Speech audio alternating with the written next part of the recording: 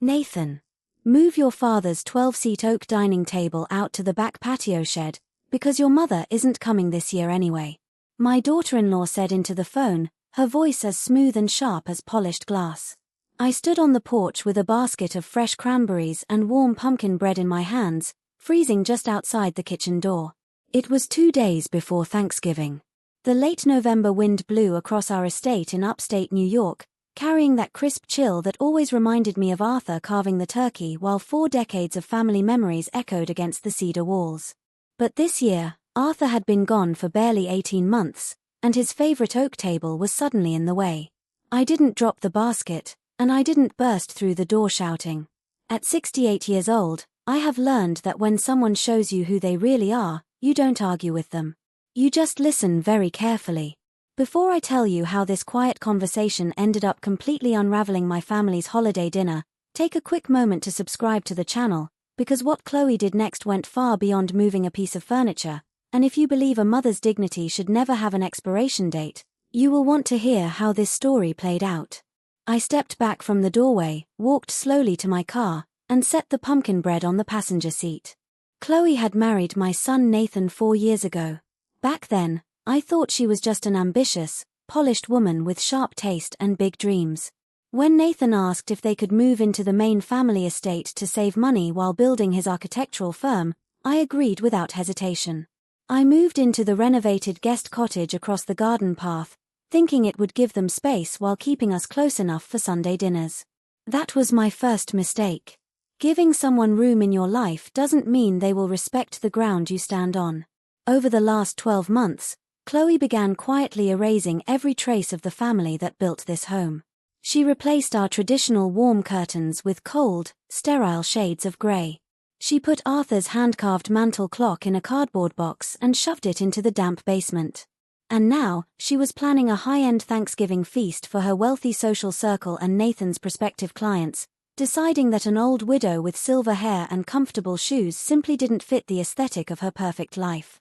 When Nathan walked out to the driveway 5 minutes later to unload groceries from his trunk, he saw me sitting in my car with the heater running. His face went pale, the exact shade of the morning frost. He walked over, tapped gently on my window, and when I rolled it down, he couldn't even look me in the eye. He just stared at the gravel beneath his shoes and cleared his throat in that nervous way he always had whenever his wife gave him an order. "Mom, Chloe's just stressed about hosting this year," he mumbled, trying to make an insult sound like kindness.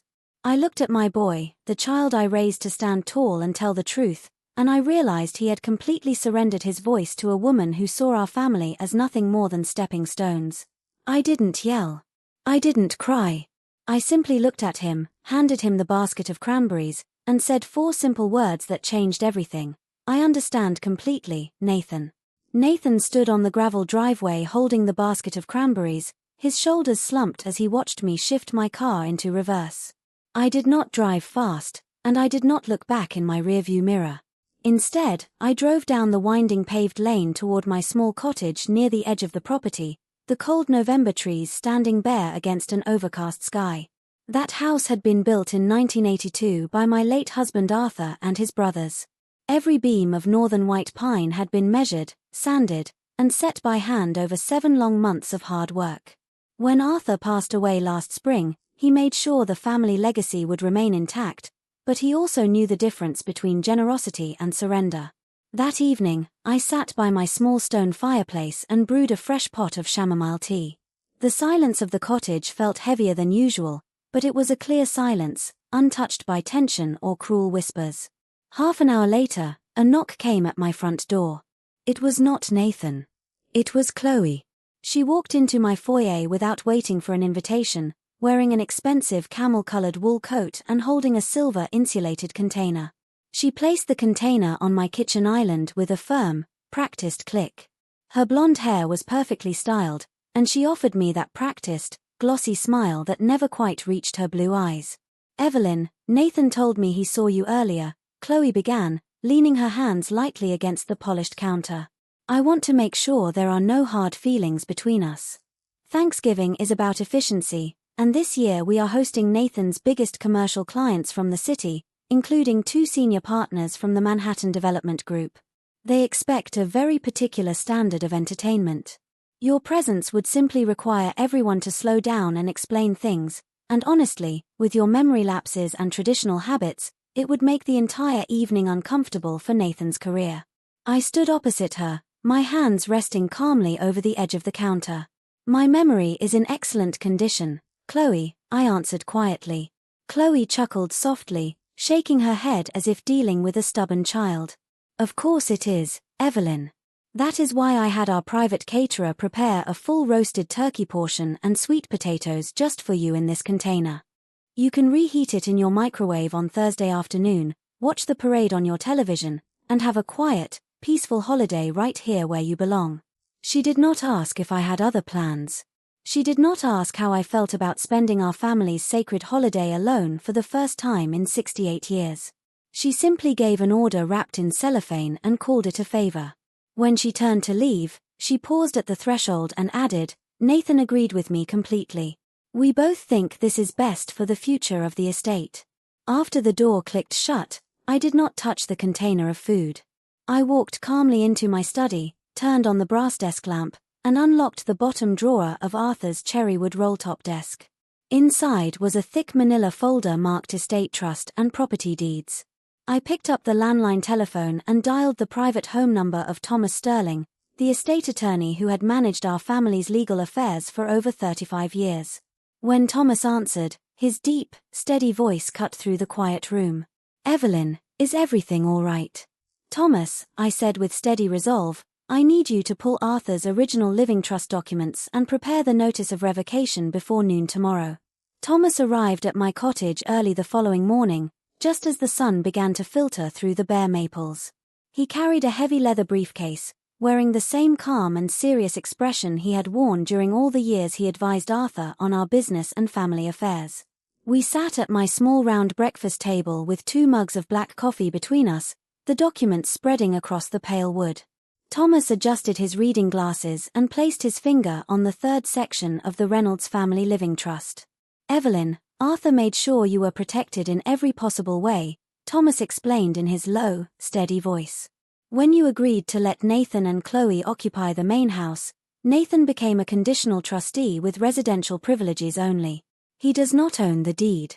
The property title remains entirely in the trust, and as the primary surviving trustee, you hold the absolute right to revoke their occupancy at any time without Nathan's consent." Thomas turned the page, pointing to another paragraph that Arthur had insisted on including 5 years ago when Nathan first announced his engagement to Chloe. Arthur also established that Nathan's discretionary allowance and the auxiliary business credit accounts linked to the family estate depend entirely on maintaining family harmony and fulfilling his filial responsibilities. If you submit a formal declaration of exclusion, those business accounts will freeze automatically by 6 o'clock tomorrow evening, and the formal notice to vacate will take effect 48 hours later. I looked down at Arthur's bold signature at the bottom of the parchment. My husband had spent 40 years building our commercial real estate portfolio, but he always believed that a man who loses his respect for where he came from is not fit to manage anything of value. Then Thomas pulled a sealed cream-colored envelope from his briefcase. On the front, in Arthur's familiar slanted handwriting, were the words, "For Nathan, when he forgets who he is." "Arthur gave this to me 2 weeks before he passed," Thomas said quietly, pushing the envelope across the table toward me. "He told me that if there ever came a day when Nathan let pride or someone else's ambition blind him to the foundation of this family, I was to deliver this directly into his hands." I ran my fingers over Arthur's handwriting. I did not want revenge. Revenge is a loud and bitter thing that leaves everyone empty. What I wanted was truth, and truth requires no shouting. I looked up at Thomas and said, "Do not deliver it today, Thomas. Let them prepare their grand dinner. Tomorrow is Thanksgiving. Chloe wants an impressive audience to showcase the estate she thinks she took from me. We will deliver the documents and Arthur's letter by private courier tomorrow evening at precisely 7 o'clock, right when the main course is served at the head of the table." Thomas nodded slowly, understanding the gravity of the moment. Together, we signed the notice of trust revocation and packaged it neatly with Arthur's letter inside a heavy crimson courier folder, sealing it with the official seal of the estate. Thanksgiving afternoon arrived with a crisp grey sky and a cold breeze that rustled the dry oak leaves across the property. From my cottage window, I watched the luxury sedans and sport utility vehicles begin pulling up the long curved driveway of the main estate just before 5 o'clock. There were sleek black cars with Manhattan plates, carrying the senior development partners Nathan had been trying to impress for months, along with 2 silver sports cars belonging to Chloe's wealthy parents.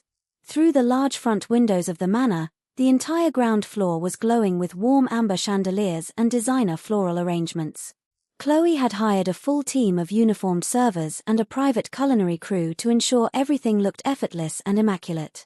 I sat in my armchair wrapped in Arthur's wool cardigan, a simple cup of hot tea resting on the side table beside me. Through the glass, I could see Chloe moving between the guests in an emerald satin dress, laughing with her head tilted back and gesturing toward the exposed beam ceilings as if she had designed every inch of the architecture herself. Nathan stood near the fireplace holding a glass of scotch, wearing a tailored suit, but his posture was tense and uneasy. Every few minutes, his gaze would drift away from the conversation, glancing out the back French doors toward the dark garden path leading down to my small, quiet cottage. He knew I was sitting there alone. He knew what kind of silence he had chosen to buy his wife's approval. At 6:45, the servers began carrying heavy silver platters into the grand dining room, where Arthur's magnificent 12-seat oak table had been replaced by a long, contemporary glass table surrounded by white velvet chairs.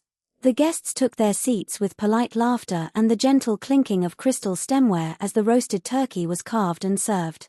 Chloe stood at the head of the table, tapping her champagne glass with a silver fork to command the room's attention.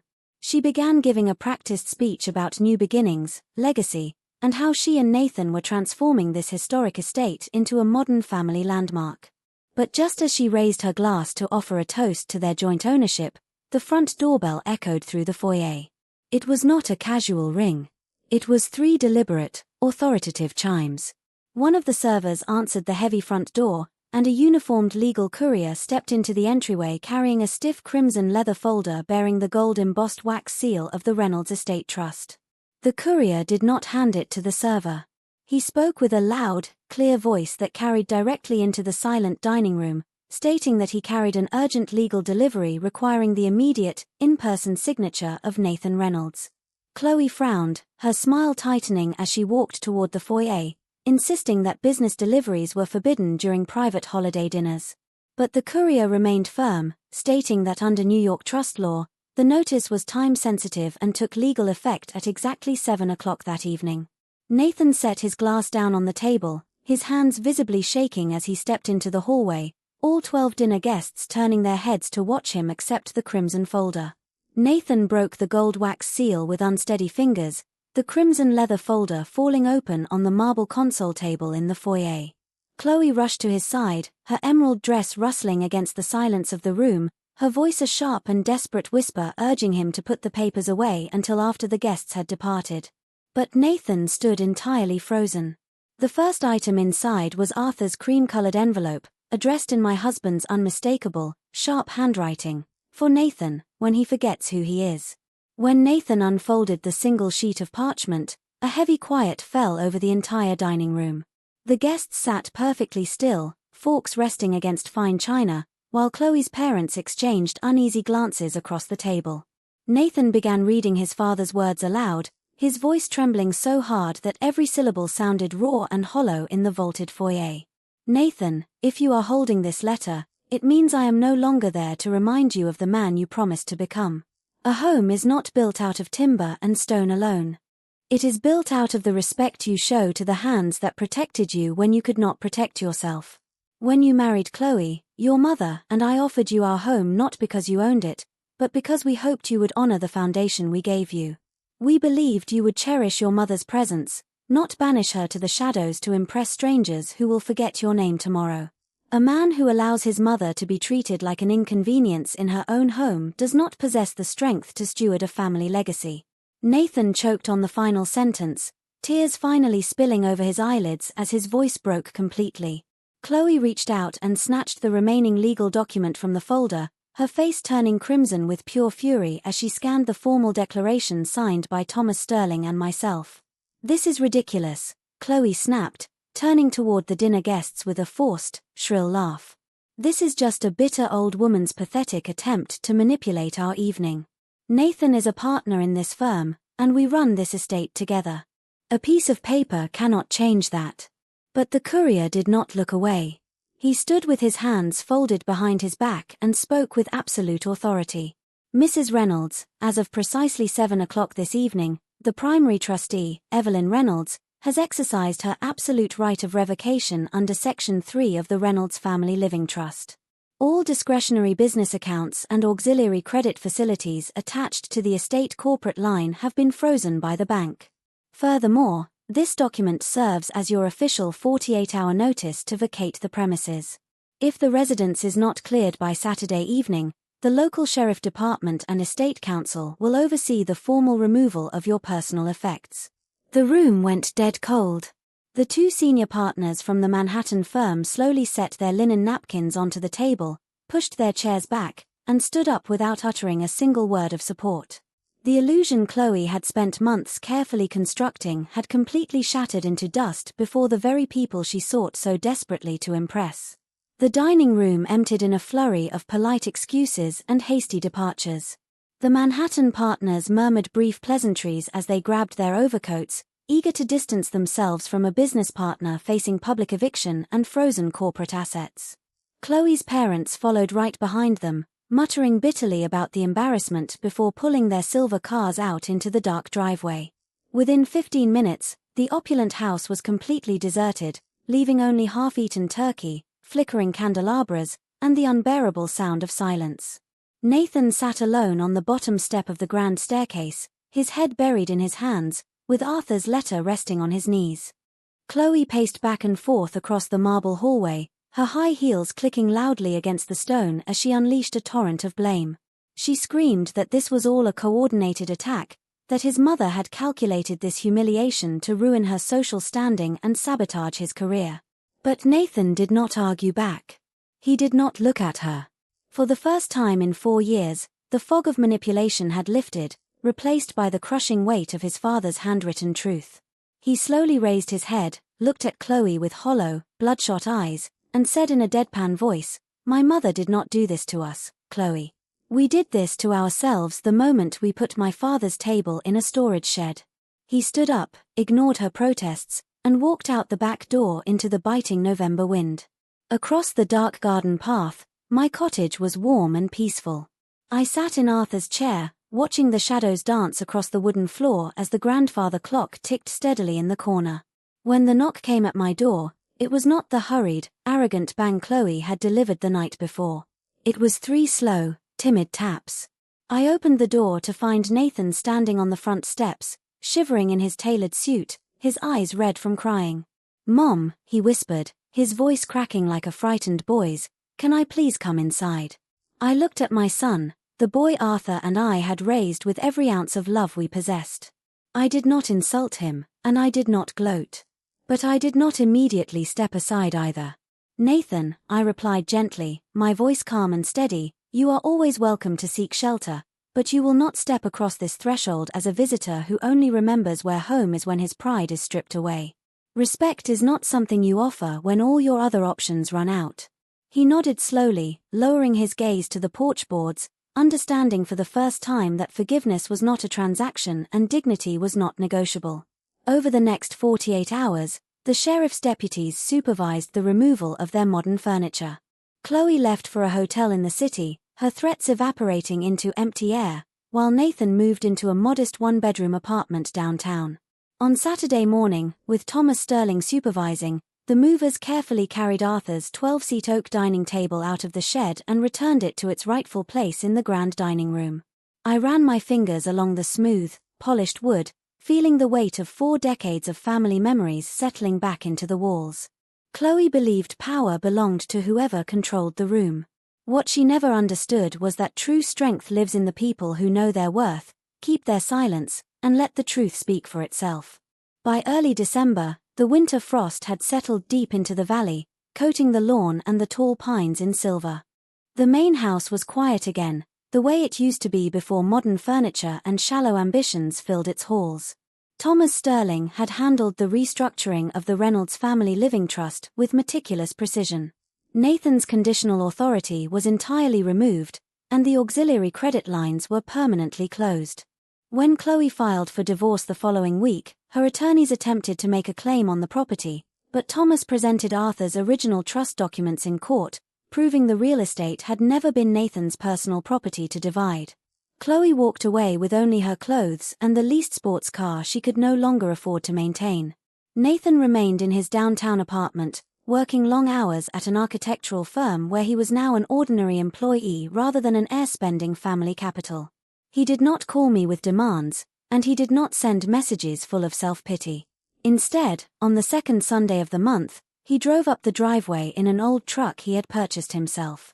He walked up to the front porch of the main house carrying a set of wood restoration tools.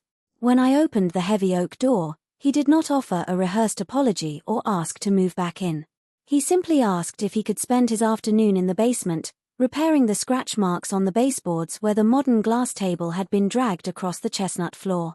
I did not embrace him, but I left the door open and made a pot of black coffee. For 4 hours, the steady sound of sandpaper against wood echoed through the quiet rooms. Nathan worked until his hands were grey with sawdust, measuring and polishing every inch of the trim just as his father had taught him 30 years ago. When he finished, he placed his tools neatly by the door and sat at the 12-seat oak dining table. I poured him a cup of coffee and set it down before him. "Your father used to say that a building only stands as long as its foundation is respected," I said quietly, taking a seat across from him. Nathan looked down at the grain of the oak table, his eyes filled with quiet humility. "I spent so much time trying to look successful that I forgot what actually mattered, Mom," he admitted, his voice low and steady. "I do not expect you to forget what happened, but I want to earn the right to sit at this table again." I looked at my son and saw a glimpse of the boy Arthur and I had raised, not a man chasing status, but someone finally willing to do the hard work of rebuilding his character from the ground up. Trust, like fine wood, takes decades to grow and only a moment of carelessness to ruin, but with honest hands and patience, it can slowly be restored. The winter weeks passed with steady, quiet rhythm as December gave way to the freezing mornings of January. Nathan came up to the property every Saturday morning, arriving at 8 o'clock sharp without missing a single weekend. He did not come with demands, excuses, or complaints about his modest downtown apartment or the long hours he now worked at the design firm. He simply brought his tool chest, put on his work gloves, and went down to the basement or out to the carriage house. Together, we began restoring the pieces of our family history that had been cast aside. We spent hours carefully cleaning the brass hardware Arthur had polished for 40 years, oiling the walnut cabinets, and hanging the framed portraits back onto the living room walls where they belonged. For the first few weeks, we barely spoke. The work itself was the conversation. Nathan learned how to strip old paint without gouging the wood underneath, how to listen to the house, and how to earn back every square foot of respect through patience and labor. One cold afternoon in late January, Thomas Sterling came by to deliver the finalized legal paperwork. The divorce proceedings had concluded cleanly. Chloe had taken her personal belongings, and without the family foundation or estate accounts to fund her lavish lifestyle, she had relocated back to Chicago to live with her sister, completely cut off from the Reynolds assets. Thomas handed me the certified deed, confirming that the entire estate remained firmly within the irrevocable trust, entirely protected for future generations under terms that no spouse or outsider could ever manipulate. Thomas looked over at Nathan, who was outside on the back porch measuring replacement cedar shingles in the biting wind. "He is working hard, Evelyn," Thomas noted quietly. "He is learning the difference between inheriting a name and living up to it," I replied. When Nathan finished his work that evening, he wiped his boots on the mat, hung his jacket by the door, and joined me in the kitchen. For the first time in nearly 2 years, the house smelled of roasted rosemary chicken and freshly baked bread instead of sterile paint and caterer boxes. As we sat across from one another at Arthur's 12-seat oak dining table, Nathan looked at his father's empty chair at the head of the table. A quiet, solemn gratitude filled his eyes. He did not ask to move back into the main house. He knew that living independently and paying his own way was a necessary part of his growth. "Mom," he said softly, reaching across the table to touch my hand with rough, sawdust-stained fingers. "Thank you for not letting me ruin this family." I looked at my son and gave him a gentle, steady smile. For months, I had wondered whether standing my ground would cost me my only child. But looking at him now, I understood that true love does not surrender boundaries just to keep the peace. True love protects the foundation so that when the storm passes, there is still a home left to return to. The winter weeks passed with steady, quiet rhythm as December gave way to the freezing mornings of January. Nathan came up to the property every Saturday morning, arriving at 8 o'clock sharp without missing a single weekend. He did not come with demands, excuses, or complaints about his modest downtown apartment or the long hours he now worked at the design firm. He simply brought his tool chest, put on his work gloves, and went down to the basement or out to the carriage house. Together, we began restoring the pieces of our family history that had been cast aside. We spent hours carefully cleaning the brass hardware Arthur had polished for 40 years, oiling the walnut cabinets, and hanging the framed portraits back onto the living room walls where they belonged. For the first few weeks, we barely spoke. The work itself was the conversation. Nathan learned how to strip old paint without gouging the wood underneath, how to listen to the house, and how to earn back every square foot of respect through patience and labor. One cold afternoon in late January, Thomas Sterling came by to deliver the finalized legal paperwork. The divorce proceedings had concluded cleanly. Chloe had taken her personal belongings, and without the family foundation or estate accounts to fund her lavish lifestyle, she had relocated back to Chicago to live with her sister, completely cut off from the Reynolds assets. Thomas handed me the certified deed, confirming that the entire estate remained firmly within the irrevocable trust, entirely protected for future generations under terms that no spouse or outsider could ever manipulate. Thomas looked over at Nathan, who was outside on the back porch measuring replacement cedar shingles in the biting wind. "He is working hard, Evelyn," Thomas noted quietly.